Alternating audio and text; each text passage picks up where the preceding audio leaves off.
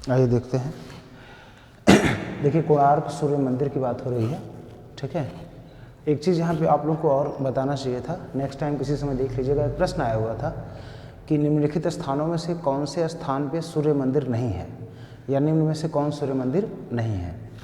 किसी समय इसको इसी में लिख दूंगा या फिर आप लोग नोट्स बना लीजिएगा। तो उसमें सबसे प्रसिद्ध, भारत के सूर्य मंदिरों में सबसे प्रसिद्ध मंदिर है आपका कोणार्क में स्थित सूर्य मंदिर, जिसे कोणार्क मंदिर कहते हैं। ये उड़ीसा के पुरी जिले में स्थित है। ये उड़ीसा के पुरी जिले में स्थित है, जिसका निर्माण 1250 ईस्वी में गंग वंश के शासक नरसिंह देव प्रथम के द्वारा किया गया था। इसका जो प्रधान शिल्पकार था, वास्तुकार था, या कह सकते हैं जिसने इसको बनाया था, इसका निर्माण जिसने किया था, उसका नाम था धर्मपदा। ऐसा माना जाता है कि धर्मपदा ने जब इस मंदिर का निर्माण किया तो मंदिर निर्माण के बाद वह पास में मंदिर के निकट से ही प्रवाहित होने वाली चंद्रभागा नदी में कूदकर आत्महत्या कर लेता है, ऐसा माना जाता है।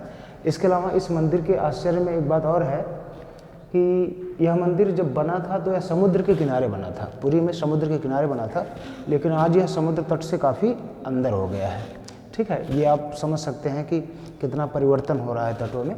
तो समुद्र के किनारे बना था, लेकिन आज यह अंदर हो गया है। इसका निर्माण आपने देखा कि 1250 ईस्वी में गंग वंश के शासक नरसिंह देव प्रथम ने करवाया था। अकबर के शासनकाल में आपने सुना था नवरत्नों में से एक अबुल फजल का नाम। अबुल फजल ने एक पुस्तक लिखा था आईने अकबरी, उसमें उन्होंने इस मंदिर का उल्लेख किया है और बताया है कि इस मंदिर को बनाने में नरसिंह देव प्रथम ने अपने लगभग पूरे 12 सालों का राजस्व दे दिया था। तो आप कह सकते हैं कि 12 सालों के राजस्व से इस मंदिर का निर्माण हुआ था।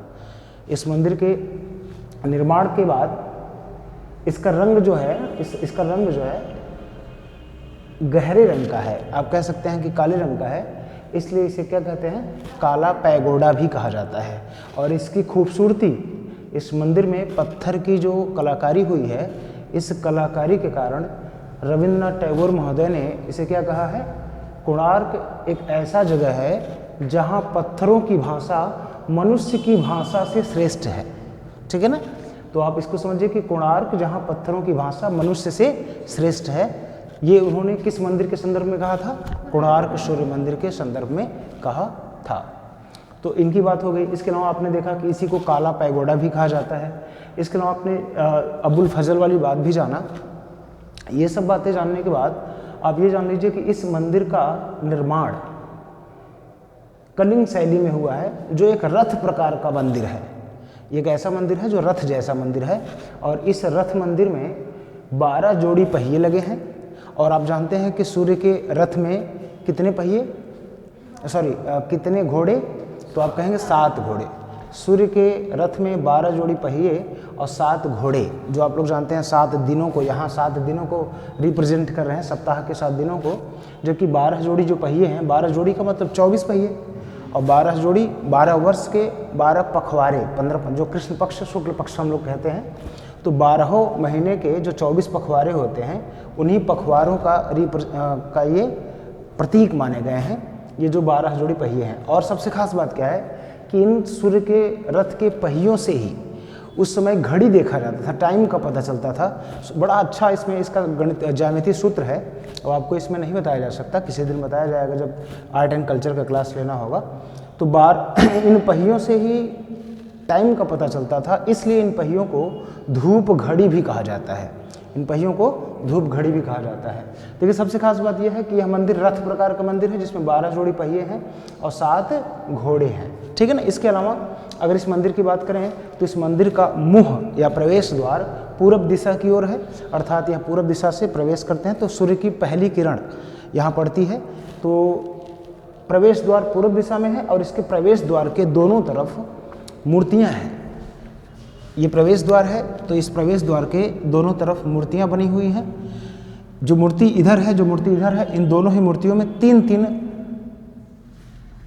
जीवों का आप देखेंगे तो मूर्ति है। सबसे नीचे मानव है, मानव के ऊपर हाथी की मूर्ति बनी हुई है, हाथी के ऊपर सिंह की मूर्ति बनी हुई है। मानव पेट के बल औंधा, मतलब आप समझ लीजिए कि कुचला हुआ दिखाया गया है। वो इसमें जो सिंह दिखाया गया है, तो सिंह को अहंकार या गर्व का प्रतीक बताया गया है, जबकि हाथी को संपत्ति का प्रतीक बताया गया है।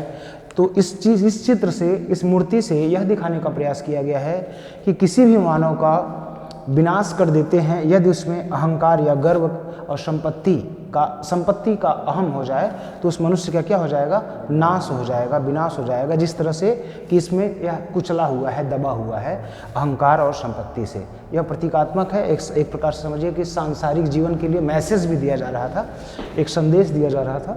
तो इस तरह से ये आपके कोणार्क मंदिर की कुछ प्रमुख विशेषताएं थी। इसमें सबसे खास बात है कि इसकी ऐतिहासिकता को देखते हुए यूनेस्को ने इसे 1984 में विश्व विरासत सूची में सम्मिलित कर लिया है, ठीक है ना। तो इस तरह से कुछ खास बातें थी। एक दो बातें इसमें और कही जाती हैं। ऐसा कहा जाता है कि कोणार्क मंदिर में बहुत अधिक लोहे और चुंबक का प्रयोग किया गया था, जिसके कारण इसमें भगवान सूर्य की मूर्ति जमीन पे नहीं थी, वो बल्कि हवा में लटक रही थी। इतना अधिक बैलेंस बनाया गया था लोहे और चुंबक के माध्यम से कि सूर्य की प्रतिमा बीच में हवा में लटक रही थी। परंतु कालांतर में जब यूरोपीय भारत में आए व्यापार करने, तो पुर्तगालियों का जहाज जब जाता था उड़ीसा के तट से, तो इस भारी भरकम चुंबक के कारण उनके जहाज का कंपास वगैरह काम करना बंद कर देता था। इससे उनके लिए समस्या उत्पन्न हो जाती थी। तो उन्होंने इस चुंबक को हटा दिया, निकलवा दिया। जब चुंबक को निकलवा दिया तो वो सूर्य मूर्ति गिर गई। उसके बाद से यहाँ सूर्य मूर्ति नहीं है, ठीक है ना। तो इस तरह से महत्वपूर्ण आपके सिलेबस का ही एक हिस्सा कोणार्क सूर्य मंदिर, आपने इसके बारे में जान लिया, ठीक है। आज के लिए बस इतना ही, मिलते हैं फिर कभी।